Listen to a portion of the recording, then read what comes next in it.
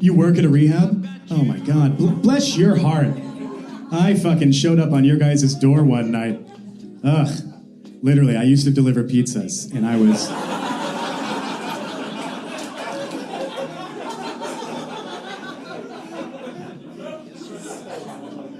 The funniest thing is how it worked, and it wasn't supposed to. Hey, welcome back to Piece of Chaos. Thanks for joining me. Back this week, I am talking to my good friend, longtime friend, comedian Sam Goldstein. Sam and I produced a show called Brewing Comedy for a few years, back before the pandemic. We've been doing comedy together for a long time. I think around 2012. I met Sam. We did a bunch of local shows with our good friend James Fry, and Sam's just a great guy. He's now a producer up in the San Luis Obispo area for Don't Tell Comedy, and we talk a lot about producing and comedy and that kind of stuff. So enjoy my talk with Sam Goldstein. Keep forgetting we're doing a fucking podcast. Yeah. Well, it doesn't matter in the grand scheme of things. So what is the podcast we're doing? It's just, very much in the line of recorded talking. Oh, hell yeah. I have no themes. No plan. Perfect. It's just for me. But I wanted to check in with you, and you can talk about, the Don't Tell thing and what you're building in Slow. Yeah, I mean... Whatever you want, man. Well, because, I mean, when's the last time I saw you besides at the movie theater? It was probably before I moved up here. No, you were already living up there. Did I just pop in for something? You were still coming down for Brewing Comedy before the pandemic. Oh, yeah, fuck, I forgot. Because we got that. Months. We did that. We got it up to every week, didn't we? It was every other week. It was every 2 weeks. Yeah. That was exhausting. Yeah. Yeah. I know it was a lot for you coming down. But yeah, it really sucks that place closed. Small business during global pandemic equals nightmare. It's just fucking... Mm-hmm. And especially out here with everything is so expensive anyway. It's like even up here in Slow, like in the San Luis Obispo area, it's just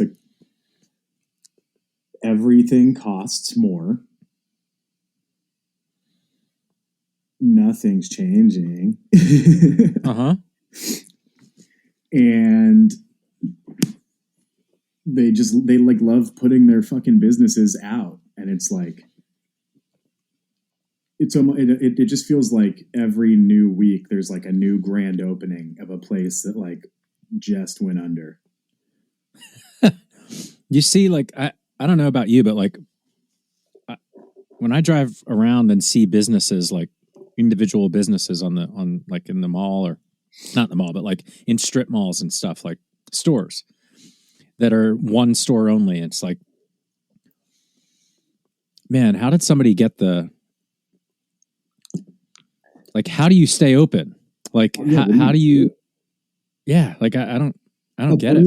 A buddy of mine used to say too, like, every time you'd ever go past a donut shop, every time like I've ever gone to a donut shop, and I know people go, but almost every time I've gone, there's never been anybody there. Mm-mm. And the donuts cost 48 cents still. Yeah. Yeah. It's you crazy. You pay $6 and you get a dozen. And then you leave and I'm like, this place's rent must be $42 a month. Yeah, I know, right? But I'm thinking of the person that has the place. Like, they better really love donuts. Like, so much that you know, to get No, to the it's point where gotta like, be you know like what? it's I got to want be to a open a donut laundering. shop. It has to be a laundering thing. Oh, you think? I know that was big with pizza shops. Oh yeah, I mean, well, But why? pizza shops are busy usually. Well, but I feel like I see donut shops fucking everywhere. And of course, like in bigger cities, you'll see people in them. But like in the smaller cities, you never see anybody in them. They're just like, I remember there was one in Newbury Park. I never saw a soul in that fucking place. In Times Square. It probably, Judy's. maybe, yeah. Who's Judy? Their donuts are amazing. That place is amazing, but you're right. There's never anybody in there. But It's crazy.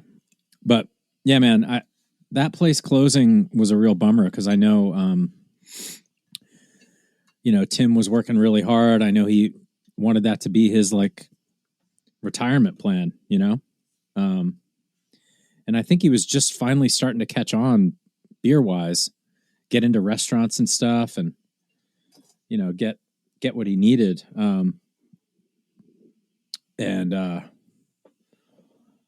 Yeah, then it just went to shit.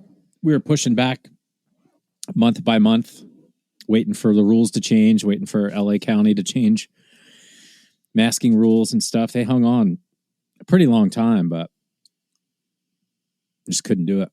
yeah, I mean, I had a different experience. Yeah, we just went everywhere where they didn't believe in COVID. Yeah. And then, because you were like touring, right? well, yeah, I was just with Sam and the guys, and even then, it was like we would go to a place and like they had lax rules, but it's also a comedy club, so like their version of lax rules is like, is the show going to happen? Yeah. If it doesn't happen, we have a clause in like a super fine print that your fucking agent did not look at because they're making 4% off of whatever this is. Right.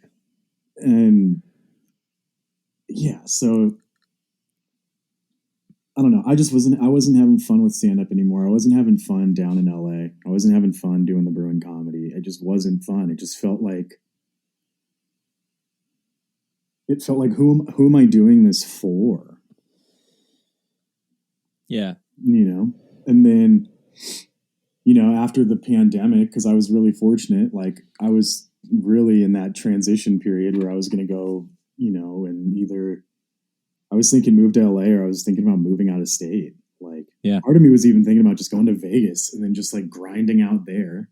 Because it was like, I knew I had the chops to fucking hang. I just wanted to find purpose in stand up again. And then what kicked it in, do you think? Fucking antidepressants. Yeah. But no, I mean, like, besides that, it was just like, it was cool because it was like, I had always had experience running shows and I always struggled with venues because I'm like, let me just do what I do best. Make a room dark, maximize seating, bring out funny fucking people, try and print you money. I'm going to say some new shit that I'm trying out. Nobody's going to care because the show's not about me. Everybody's going to have fun. I'm going to get free food. Yeah. And I had that down to a science, but it was venues that were always just like, well, we can't do ticketed events for this reason. And it's like, well, then how the fuck are you going to pay the talent? And then, comedy's always been that thing where it's like, you can get away with it because fucking clowns are bad at business. And you could just be like, yeah, dude, we'll pay you in 6 mozzarella sticks. We'll give you 8 minutes and $4. And you're like, dude. Yeah. But parking costs $6. And you're like, okay, yeah, I'm in. Yeah. It's rough, man. I get it. As I wouldn't want to be a business owner like that. It's so risky. I say all the time, like, why, and that's why the best venues are a collaboration, but like, why would a venue leave it up to comics or musicians to be responsible to make their bar crowded? Like, that's just a poor decision. Like, I mean, yes and no. As an entertainer, it is our job to drive up a business. We should be able to help, and we should be able to make it better. And hopefully that's what we're doing. A lot of like producers and a lot of comics don't do that. Like, look at comedy clubs too. It's like, yeah, every time, I feel like every time I go to a comedy club and I see like they still have a flyer from 7 months ago. yeah. They have the wrong date for the next weekend. The website has different info than like what the wall does. Yeah. Yeah. And yeah. And it's just like, if you just advertise like, hey, look, it's going to be fun. People are going to show up because they're like, whoa, our life sucks. We just want to have a little bit of fun. Yeah. Yeah. But I mean, as a business owner, you should have a baseline, and then everything else is like on top of it, entertainment wise. Like, you can't count on that to be your only thing, is what I'm saying. Like, oh no, absolutely. You remember the pizza place where they were like, sorry, we can't pay. I'm like, you make pizza. Like, yeah, the overhead is fucking. It's the biggest profit margin in the world. What are you talking about? Yeah. So I don't know, but I've never done it. So I don't know, but it is interesting that like you would leave your potential business up to a different set of idiots every night, basically. Like, that's frightening to me. So many people do it. I know. It's weird. It's really strange. So I don't know. I think the best ones are places where the owner understands that they're Tim's responsible. Credit, he set us up for success with what he had. I like somebody that's honest with us. He's like, I can give you guys like $140, $150 if I hit this much in sales. And I'm like, perfect. That pays for our 4 comics. They're $10 in gas, $10 plus you give them free beer. Done. That sounds good because they only have to drive 20 minutes. It's not terrible. And it's usually a better room because I would slave away to try and be a jester in real life and be like, come to this fucking brewery and drink. I can't. You can. Yeah. Yeah. So it became grog and I wasn't having fun anymore. I was like losing myself being like this fucking like. Yeah. You know, it was the fucking animatronics at a Chuck E. Cheese. It was not fun. Yeah. Yeah. What's so now that you're back to producing different venues, right? So for Don't Tell, I still hate producing. I hate producing with a passion because you have to be judge, jury, executioner. You have to be the bouncer. You have to do the fucking lights and the sound. You have to when something's great, you try to enjoy it, and then somebody goes, "Yeah, but the weather," and you're like, "What? Now this is my problem?" Yeah. And then they make something that's so unreasonable an issue that then hinders the rest of the show, and you have to deal with it while you're, just trying to be funny. That and just trying to have fun. Yeah. Yeah, it's a lot. It's definitely a lot. I mean, I think we both have a lot of producing comedy shows under our belt, and it's a different beast entirely. I know when Brian and I did Comedy Ahoy, right? Like the month I wasn't hosting was so much better than the month I was hosting because it's such a different thing. Like, I could just go and do the show and it was great. But if I was hosting, I also had to do hosting, which it just changes your experience, right? A little bit. But then producing on top of that is even bigger because you're dealing with it all week and emails and people canceling and logistics. But I think that's where, like, now the only reason why I do it is because I just, luckily Don't Tell, they fucking invest like a smart business would. And if you're going to sell a product, right, you want that product to be nice and good and desirable. They figured it out. People like to have a fun time and feel like they're in on a secret. Yeah. Yeah. So they realized like, yeah, here's our baseline. It's like we through like tickets and all that stuff. They dump money into ads, which helps the businesses because they'd be closed anyway. You've got a fucking a Pilates studio. What are they doing on Friday night at 8 p.m.? Yeah. They're putting on their avocado mask and watching fucking Gossip Girl. So, who's your favorite these days up there that you've seen recently? Like, who do you really like to see? Because I haven't been paying attention to the scene and really certainly wouldn't know anything up there. So, like, how is it? Are you building something that you like a lot? I mean, I know we had a good circuit here. There's no shortage of comics that just want to have fun. Yeah. So, like, I think that's it. Like, for me, I'm like, if they're funny and they want to have fun, hell yeah, come on. Yeah. That's it. Yeah. Pretty simple rules. Like, yeah. And I think that's why it's been so successful, is because it's like, once again, Don't Tell gave me all the equipment, all the tools necessary I needed. Yeah. So I don't have to like go out and like rent all that equipment or buy it on my own. I'm able to have it, so I don't have to rely on another bird, right? Yeah.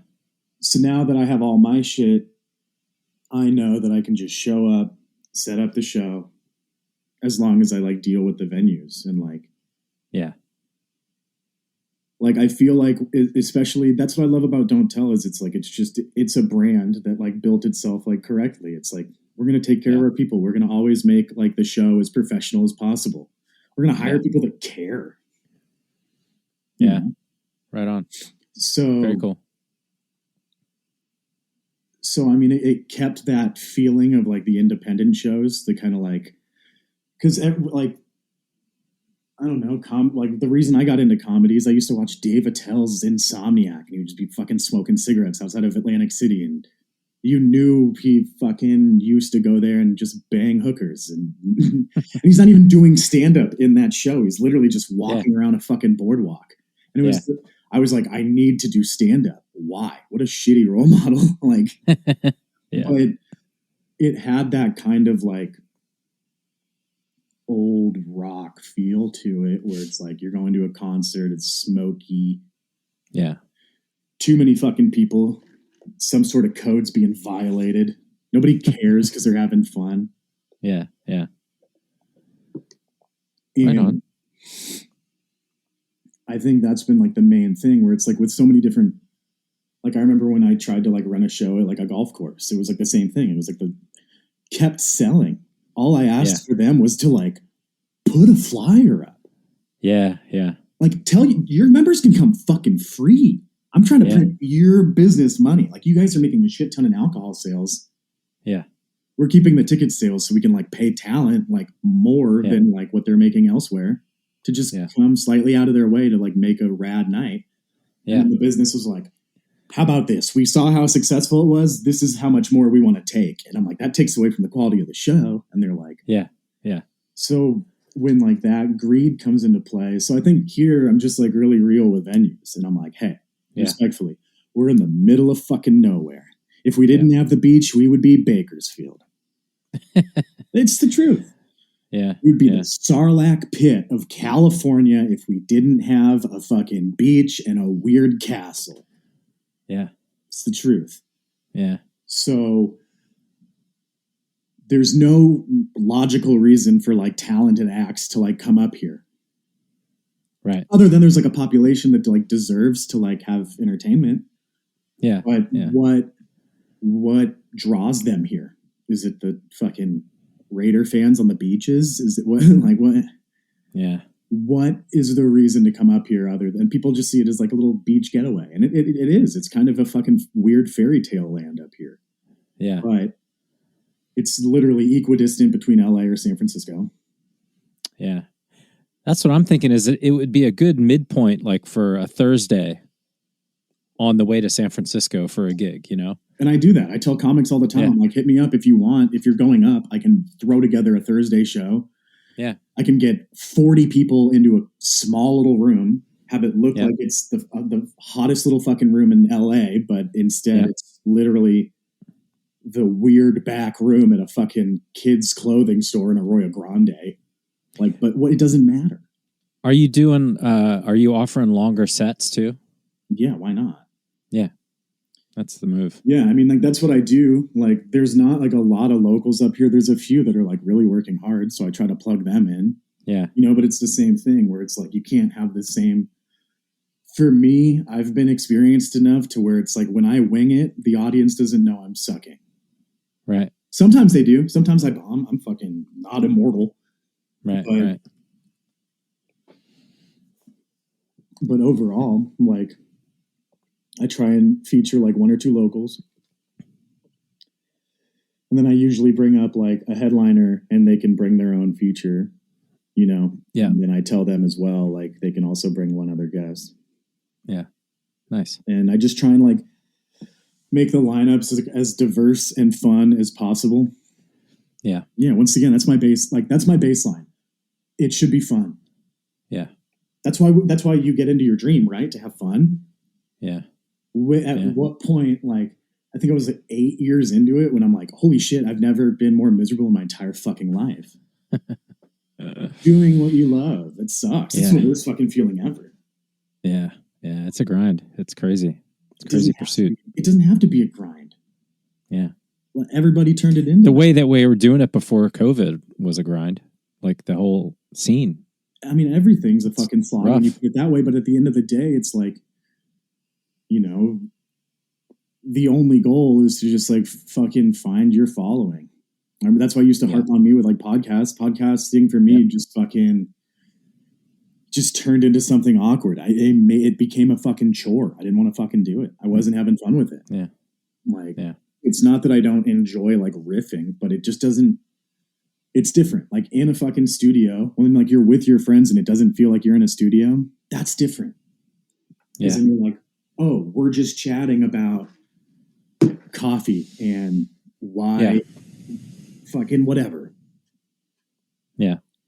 And I just felt like it just became such a, what am I grinding for? Who am I grinding for? I'm just being like vulnerable to strangers on the internet. It's like, that's great. Like, I'm trying to pitch me, come to a show eventually. Like, I don't need to like overexert myself. That's what I was doing my whole fucking life.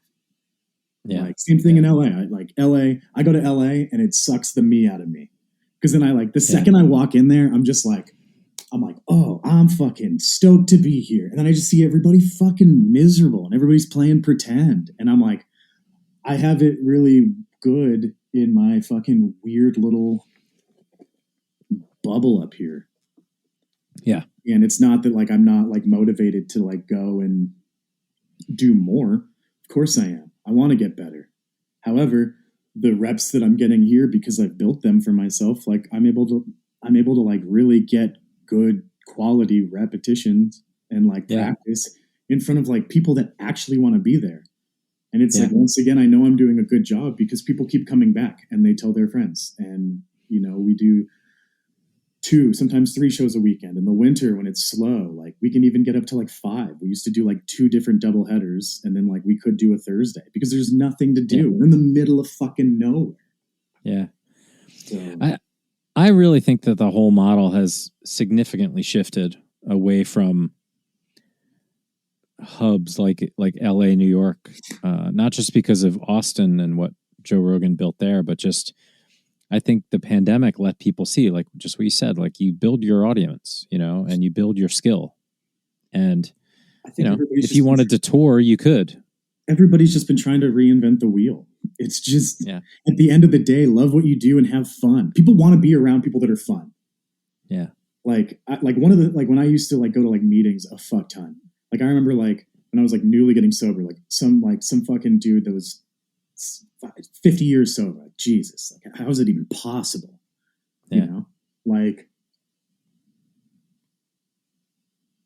And I remember that he would just be like, yeah, fucking, if by me drinking it made the quality of like everybody else's life around me like worse, like at a certain point, like I had to stop doing it.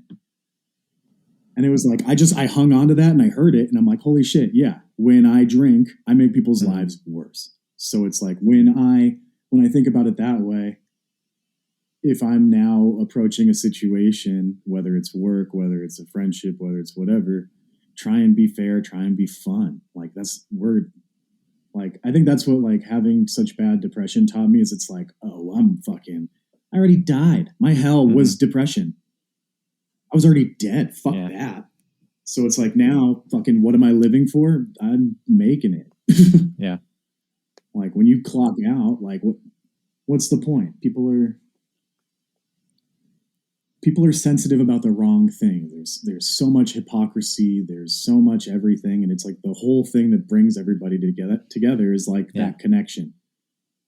And like, that's what we're lacking. And that's what made that's what I'm grateful about with like, Don't Tell. Cause they made it fun again, where it's like, I get to like share that connection with people where it's like, hey, for an hour and 40 minutes, I know this is going to be so fucking impossible. Just try and silence your cell phones. I know some of you are going to make it 4 minutes in, and then you're going to pull out your stupid little fucking Snapchat. I know it's going to happen.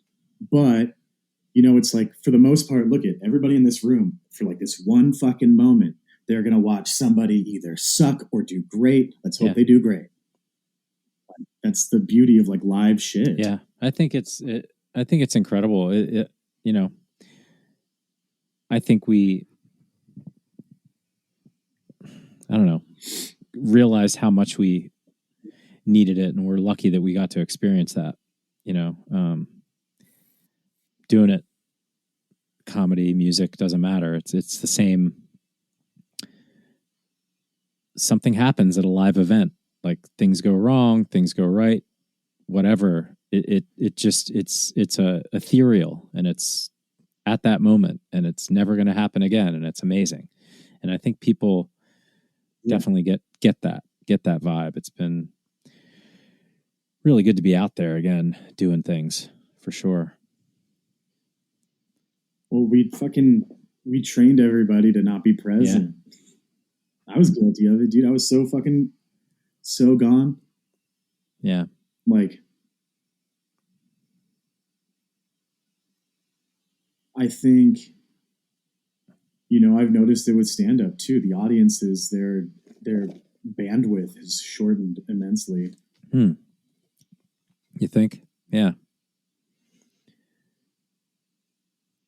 Like, you mean how much you can be 100% honest. Your favorite thing on the planet, like fucking okay, like the Phillies. The Phillies are so fucking good right now. Like, realistically, what inning are you like? I can fucking go fuck off for a little bit, right? 100%. You're already fucking first inning. After the first pitch, you're kind of like, all right, I could go make a snack and return an email, and then I'll sit through 17 commercials for some. Baseball is a rough example. I mean, it takes a certain kind of person to watch baseball anyway. But I get what you're saying. Like, I am one of those people who could literally get something out of watching every single pitch and every nuance and enjoy it, and I still don't. What? Right. So, I mean, one of the shows that I've been like watching a lot recently has been, I've been like rewatching the Game of Thrones. And it's just like, it's slow when it needs to be. It's fast when it needs to be, but it keeps you hooked. But like, I think if there's commercials in it, I'm tuning the fuck out. I don't remember what the fuck happened, because immediately I'm just, but everything is now so bite-sized. It is. Everything's a minute or less. I wonder if it's every reel you consume is a minute or less. Sometimes they're like a minute and 30 seconds even then, and it gets you hooked, and it's nothing important. It's literally just shit posting. But I wonder if it's interesting that visual and like algorithmically app social media things are that, but at the exact same time, long form podcast is huge, like more following than anything. Right, people are lonely. They want to have a connection. People are fucking sad and alone. So they're going to listen to other fucking sad and alone people trying to connect over Zoom. And they're going to be like, oh my God, I relate, I relate to both of them so much. I'm sad. I'm alone right now. Yeah.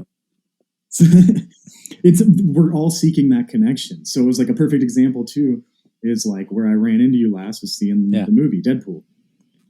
Same thing. Movie, fast paced, jumpy, whole fucking time. And why? Because in my opinion, the movies leading up to like Endgame, they were all slow. They had a story to tell. Mm-hmm. They did. They had a lot of fucking development.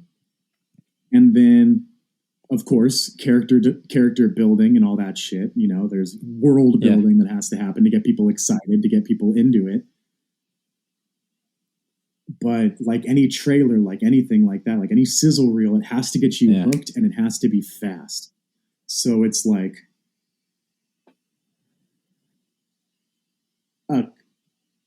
a comic's job is to like be fast, be witty, But I think that's where like the nuances come out of stand-up now, where it's like comedians used to just be comics. They used to be able to just be fucking observers. Mm-hmm. Observers and artists. And now you're content creators. And now we're observers, we're artists, we're content creators, we're servers, we're baristas, we're living somebody else's dream while we're getting overworked and underpaid at what we love doing, and we can't truly love what we do anymore because we're doing it for somebody else who doesn't even like us. The people that we want to like us don't like us in the first place, and we're chasing them. Because we want that fucking connection. We think it's going to be so much better. It's not.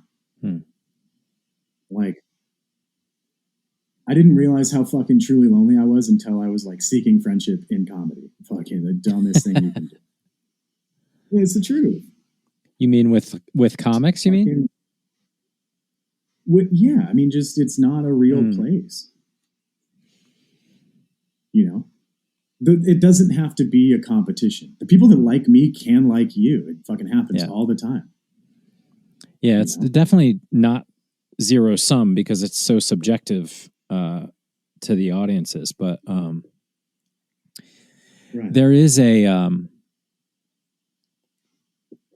I think that it's easy to mistake acquaintance and familiarity and comfort with friendship in comedy. Well, comics don't have fucking boundaries. That's why we talk to fucking strangers and we're like, hey, I'm going to try this new thing. And it's something that we've been hiding from people for 10 years. And we finally feel we're good enough to share. So it's like, it's all fake. And then, that's just my opinion. I think a lot of comics are bad at business. They're bad at boundaries. I'm guilty. I'm very guilty. I dug my own grave, and it was like, there were so many times too, but it was necessary. It's like all the things that like gave me the ability to like be happy and like make the experience were based off of like a lot of the shitty things I did. Where it's like driving way too fucking long to like fucking not get paid and like not be treated well and like have a shitty show. Yeah. The one thing I'll guarantee is it's like, I will treat you well. I will do my darndest to make sure the show is as perfect as possible. Yeah. I will be fair and it will be fun. That's like my guarantee, because if it's not, why the fuck am I there? Why am I bringing other people there? Like, I'm not why do I want to fucking do that? I did that for a long time. And then the worst part is other people brought me in on it, and like nobody was ever honest. Nobody was ever just like, hey, like this gig is going to suck. Here's what's going to happen. We're going to have a lunch and we're going to leave $20 under. However, the surf looks really good down there. so we can make like a 2-day kind of surf and catch a fucking ball game. Yeah. If that's real, I'm like, yeah, okay. Now it sounds like a shitty vacation where I only lose $20. I'm in. Rather than this, like, it's the manipulative sales pitch. It's what comics are so great at. It's just like, hey, look at me. This is what you need from me. This is what makes me valuable. Yeah, best to steer clear of that. Like, I had to separate that, and I'm so happy that I'm able to be a human being now. Because then when I go on stage, I'm like, this is the time. I'm trying to have fun. Don't fucking ruin that for me. That's on you guys. I'm doing my best. I'm doing my best. If it's not good enough, hey, you know what? Sometimes it's not my fucking game. But like, don't try and fucking make my fun. Don't try and ruin my fun, and don't try and ruin everybody else's fun. Like, fucking at least laugh at how much I'm eating dicks up here right now. And the rest of the show, you're going to have a great time because it won't be me anymore. And I'm grateful that I rarely have that happen anymore, because it's like the quality of the shows have been good. And I'm grateful because it's all I've modeled is everything I don't want to do. I just do the opposite of that. So you're gearing up for a special now, you think? You're going to record? Well, yeah, I mean, that's the whole point. Like, yeah, the thing with podcasting is it's like I won't make the time to do something that doesn't feel fun. It didn't feel fun. Like, if I had short form podcasting, oh my God. If it just recorded a few of my conversations with like me and like my gym friends, that'd be great. People might find those entertaining. They might, but if it's just me spiraling, it's not good. It's just me trying to formulate what I'm trying to do next. It's me taking an unfinished thought, vomiting it, being uncomfortable. Then now I'm like, once again, I'm being a content creator, which is taking me away from like what I'm supposed to be doing. I'm supposed to be me. Yeah, I get it. It's all good. Yeah. So I think the special that I want to do is, it's like, I remember doing like sober conventions and like just having a message about like, you don't have to drink or like do drugs to like have a good life. I'm grateful that I was like surrounded by people that were really solution oriented. Yeah. They were like, this is it. You're going to have things that suck in your life. You're going to make them worse. You're going to try and make them better when they suck. That's really it. And like, when they suck, are you going to try and not make everybody else fucking go down with you? Right. And it just teaches you how to do that. Like, really, it's like, here's 12 steps to make sure that you don't fucking bring everything down with you. Yeah. And like, from there, if you do that enough, you're going to be a better person. And then politics get in the way. Yeah. You know, of like that true message, which is just like, if you like actively like take actions on a daily basis to be a better person, you will. You won't fantasize about being fucking drunk, because all the things that are like in your little pity party world, like you're doing to a million other people. So it's like, when you could just be accountable that like, you're not a saint, like you're really able to stop. So I remember being able to like tie a message in with like, they weren't even jokes. I had over an hour to talk, and it was low stakes. I'm not getting paid. People are there because they want to hear my story. They're intrigued because they're like, we want to hear this guy. That's it. Hopefully there's a message there. That was like always what I tried to leave with, where it's like, hopefully there's a message. I still try and plug that into my stand-up, where it's like, but like all the things I post now are like they're like the precursors to jokes. Or like, sometimes it's just like, when a joke that I've been working on for a really long time, everything just like aligned perfectly. You know, nothing captures going to a live show. Yeah. It just doesn't. So part of my goal is to just record myself having fun for an hour, but like talking about all the shit I really want to do, but polish it. Cause like, when I was on the road, it made me phenomenal at being a host. It made me like know how to like, hey, my job right now is to make everybody feel welcomed and just like let them know what they might experience. Yeah, you might hear something that like borders. Ooh, it might be fucking rated PG-13. And then if they get tight, I just fucking go straight to NC-double. You know, I'm just like, here we go. You're going to hate this then. But you really have to like create that space. Where do you think you want to do your special? Do you have ideas yet? Probably in Ventura. Yeah. I like Ventura. The club or somewhere in Ventura, you mean? Not a club. Like a don't tell. That's what I'm saying. I'm like logistically, like you want, like, what do you want? What are you picturing? I would just set it up the way I want it to be. And I'd figure out where that would be. I'd probably find a cool venue or a shitty old theater. I'd make something fucking rad. And it would just basically be, hey, I just want to put this on fucking YouTube. And if people like me, great. And if they don't, guess what? There's a ton of shit on YouTube. Are you going about it from like a material perspective too? Like there's material you want to get out and through and move on to new material, or like how are you with like accumulating? Always, but it's just like I am fortunate that I've been like amassing so much life to talk about that it's like it's a blessing that I can truly pull fucking I could kill 10 minutes. Like if somebody looked at me and they're like, hey, the headliner didn't show up, stretch, I'd be like, well, here's a story that is either true or not true, but we're going to figure it out together. And boom, I've got 15 minutes. Now the headliner can get to the show late, take a shit. But a lot of the old shit I never had fun with, you know, because once again, like it is true. People are like, oh, I found my voice. No, you haven't. Like, you haven't. I'm still finding out what I like talking about. I'm still finding out what the funniest shit is. Right now, the funniest shit is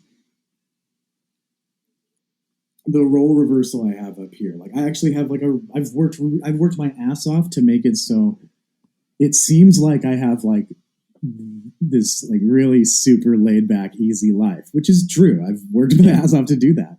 But my days consist of, I'm like trying to, you know, every day I'm just trying to build those connections that pay off in 3 months. So it's like all the seeds I planted 3 months ago are blooming right now. And while these are blooming, other ones are starting to bloom as well. So I finally was able to get ahead of that. Nice. And it's the truth. It's just like, you know, like I mentioned, there's just like there's a few locals up here that like really are working, you know, and one of them I kind of brought on, you know, and was one of the people that helped make it fun, you know. But it's the same thing. It's like here's somebody that's newer in stand-up, which is great. And honestly, for only being in for however many years, he could bury people that I know that have like been doing it for a long time, you know. And it's just like, be proud of that. It's like, you don't have your voice figured out, dude. Right. You don't know shit. Like, be a sponge. It's fucking rad being a sponge. You don't have to be a know-it-all all the time. Be a sponge. Like, that's it. And I think that's the hardest part is it's, you know, constantly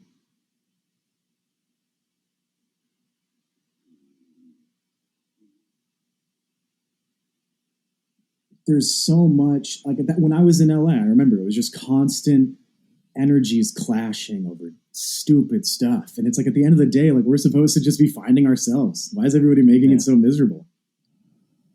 Like, which is so funny. It's like people are like,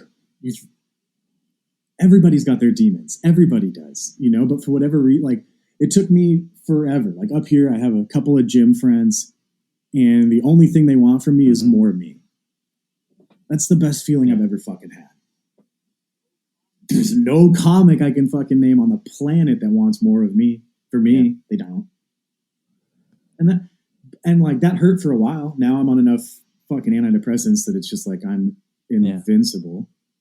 Like, but it just became a reality thing where it's just like, at the end of the day, like, this is my job. My job is to, like,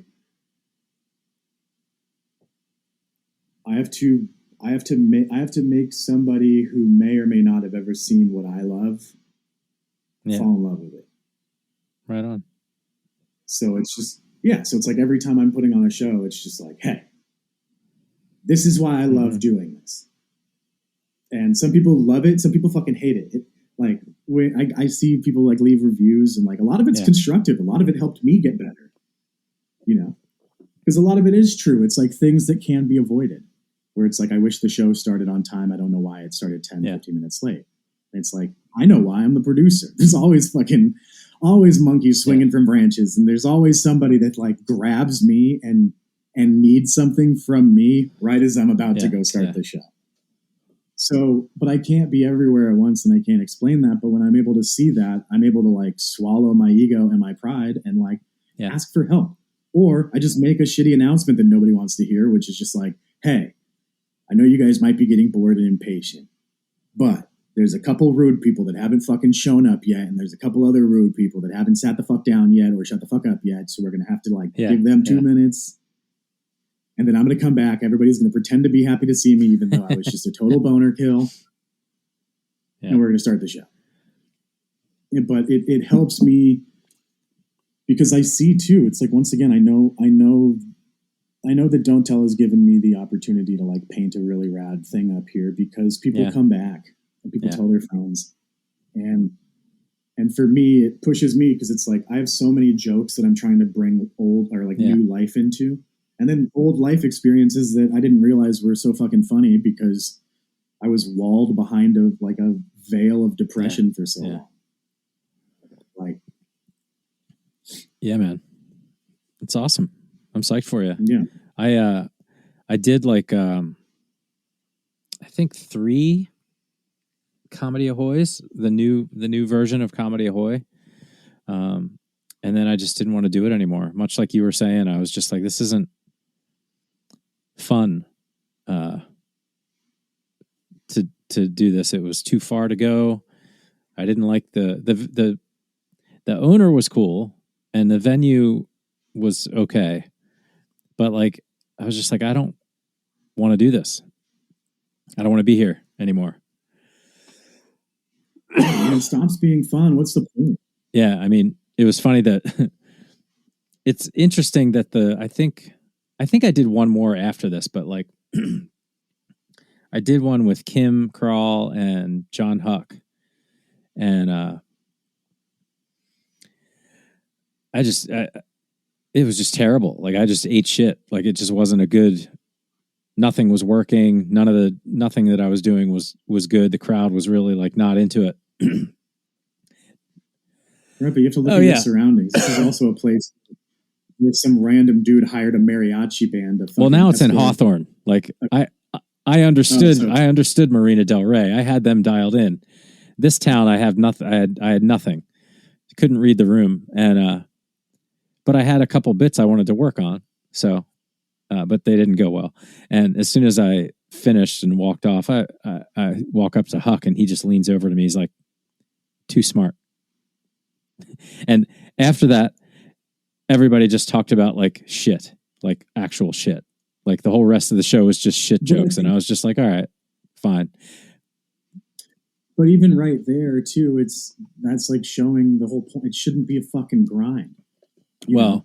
Like how, like, but to grind for that much fucking stage time is like, it's crazy. I mean, we all do it. The funniest part is after that happened, though, after the show, I'm wrapping up and cleaning up all the cords and stuff, and I'm talking to Kim and John, and this guy comes up to us who was hammered, and he was like, "Oh man, you were great. You were great," to Kim and John. And then he looks at me, he's like, "You were terrible. I didn't like you." And I was like, "All right, thanks." Pretty. Hey, that's constructive criticism. Next time you might like me. All right. It's like, Jesus Christ. So maybe that contributed, but I was I don't need this. this. The big one was that it was an outdoor patio. It seemed like it was covered. It seemed like it was inside, but it was still an outdoor patio, and it was where people would smoke, and everybody smoked. And so it was gross. Like, it was just a smoky patio. And I was just like, I don't need this. Isn't that why we got into comedy? Smoky patios? To do shows in front of strangers outside of smoky patios? I didn't factor that one in. But, yeah. But I mean, the pandemic was really cool because it started to bring to light more of the like independent shows. You know when I realized it, Sammy? I realized that I forgot to do the table cards. The last time I did the show, I forgot. I got to the place and I was like, holy shit, I didn't even do the table cards. That's how not my mind. That's how not in mind it was for me. Like, and you know me, like that's how I like to produce. So, you know? I mean, but that was something that you did back in 2017, you know, shit, right? When Don't Tell was starting, you were doing the same thing, just in a different platform. Yeah. You know, ours is old school. You print out a picture and you leave it on the table like it's a fucking to-go menu. And like now, when people buy a ticket to a show with Don't Tell, you know, the day after they get an email and it's just like, hey, leave a review if you're a Karen. Yeah. Like, and then here's all the comics you saw. Here's the venue that it happened at. Thanks for coming out. Hope you had fun. If you like the comics, support them. And if you don't, just don't tell them. That's awesome. And so it is. It's like that table card. It's just putting into the factor of like, yeah. Because like, especially in the host spot, like right when you get off stage, somebody will come up to you and they'll just be like, when does the show start? And you're like, in 30 minutes, my dear. Like, yeah, it's crazy. It's a very interesting business. I'm glad that I have had the experiences that I've had for sure. I think the main thing for me is it's like what made me fall in love with comedy was the connection, the live, like I said, the dark room that was packed, you know, with people that were just speaking truth, their truth. Yep. You know, and it was just truly shameless. They're just like, hey, this is me. Oh, you grimaced at that? I'm so sorry. You know who didn't? Who fucking did it to me? Yeah. You know? And you're like, whoa, it's fair. What a world we live in. And like, I think that's just like, it's true. Any excuse now to not have a show, like it just, of course, you don't want to put on a bad show. So it's like really like what Don't Tell help once again, what they gave me value to pitch to venues. So it's like, I go to a venue and I go, I know what I'm doing. And they go, okay, mister, like, I know what I'm doing. Like, how can we help you? And then I just go, do you guys want to have fun? I need your fucking room that you guys don't know exists. I need to see how many people I can jam in there safely and what you guys have to offer them so I can print you money. And they go, okay, this is perfect. Done. Yeah. And then I invite them to come to shows and to send an email to all of their staff saying, hey, I'm the guy. If you want to come to a show, bring your husband out on your night off. Just message me. And I'll comp you and your friends and your family. I don't fucking care. Come to a show. Yeah. Have a night off. Nobody ever does. Yeah. Nobody. It's that simple. And like, I finally did one our show from last weekend. You know, the woman who was working the front desk at the hotel. She was like, I've been wanting to come to a show. And I'm like, look at the website. Email me tomorrow. Yeah. And she did. She was like, I wanted to bring my husband. Yeah. Done. You're there. Yeah, enjoy your night off. Right. Because it's like, once again, they want to be there, right? So they're not going to be disruptive. You know, the people that bought tickets to the show, they're not going to be disruptive because it has a value to it. Not only that, they probably heard about it because they either looked at an ad, did some research, saw that like, oh my God, it looks like they actually care. You know, because a lot of people's experiences, they came to a fucking show at a brewery, you know, and they saw 5 comics that were like there for the hot dogs. Yeah. You know? And it's like the audience, they're aware. They're aware when comics mail it in. You know, I see it. I see it happen all the time. Yeah. You know? The ticketed event is key. Like, people get babysitters and shit. Assigning value. assigning value is key. Yeah. Like, it can be a free event, but if you fucking assign value to it, people will respect it. Yeah. Like, I mean, think about it. There's free events that people do for charities all the time. It becomes a respectable thing, you know, because you want to be there. You want it to succeed. So it's like, that's what Don't Tell's really done a good job at, is it's like, they gave me the tools to walk in and go, I care about this. Therefore, I care about everybody who walks through this fucking door. What's the pace? How many shows do you do a month? Usually two per weekend. That's a lot. That's cool. Yeah. And then I'm just constantly meeting with venues. So it's just like my Monday through Thursday is I'm just like scouting places and going, this could work, this can't. When can I schedule this in? Where should I schedule it in? They're all quality problems. There's a desire up here. I'd like to get up there and see one. I'll check the schedule. Be fun. I'll tell you the same thing that I tell the staff of every place that ever hosts a Don't Tell. Shoot me an email. Well, listen, brother, I got to jump. It was good catching up. I mean, that was it. It was like, you got to jump. Yeah, dude. Next time I come through, I'll actually be down there, I think, next week for 2 nights. I'm just going to go surfing. But if you want to sneak out one morning on like Tuesday or Wednesday in Oxnard.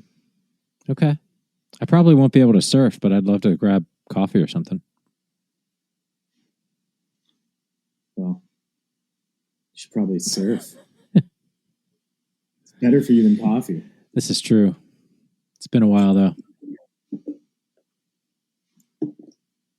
Yeah.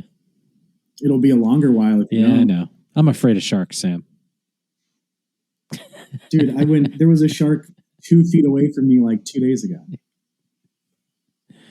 Not literally, but like I went out surfing and like right by the pier, I guess like over the weekend there was like sharks out. Who cares? We're in their habitat. Yeah, true. Also, sharks don't eat hot people. Is that what it is?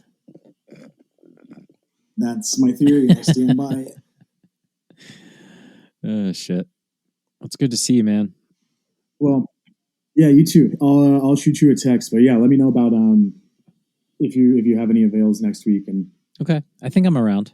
That'd be good. Well, listen, man, I'm glad you're doing well. I'm psyched for all this that you're doing. Don't Tell out there. It's perfect. It's perfect. Once again, it's just fun. Like, it was fun when we were doing the show, but then there was like the logistics side of it sucked, because then I have to guarantee people are there, otherwise the show will still happen, but it'll suck and it won't be fun. So it's like, now I at least know, like, I'm doing my part to get people there, and I'm backed by a brand that's built itself around being professional. It's pretty awesome. So it's like, I do my part on the selling and they do their part, and then I just back Are they going to do like production? Are they going to make like why don't they do like what 800 Pound Gorilla does? They do. They've done a couple. They did Danny's, right? Danny Jollis did his special, and then Hannah Berner, just her Netflix special was produced. Oh, was it? Don't Tell. Okay, good, nice. Mm-hmm. Yeah, and I think they did 2 other tapings. I forget where one of them went, but they started doing like all the different like live tapings, and like those are, once again, it's like the full sets on their YouTube do phenomenal because they're engaging, because it's like, once again, now our attention spans are so small, but it's like, if you put it in an environment that's fun, it's catchy, people get they're sucked back into the connection. So it's like, they'll see that it's actually being produced well, and they're invested. Yeah. So, like, the tapings that they're doing, of course, quality they're wins. Do more. I mean, the sky's the limit. It really is. It's very cool. Very cool. Yeah. Very cool. All right, man. Well, listen, be well. It's good seeing you again. And definitely hit me up next week. And if I can get out, I will. I miss you. And alrighty. It's really good to see you. And I'm really happy that you're doing well. Thank you. Honestly, yeah. I mean, my biggest issue is it's just during the weeks I'm like tired because I'm giving it my all on like Fridays and Saturdays. So it's like during the weeks I'm just kind of playing catch up for the month ahead, you know, but like recovering. So it's like it's good. It's almost like a vacation hangover, right? Where it's like you worked really hard to play really hard, and then like right when you get back, you're like, I need to sleep for a day. Yeah.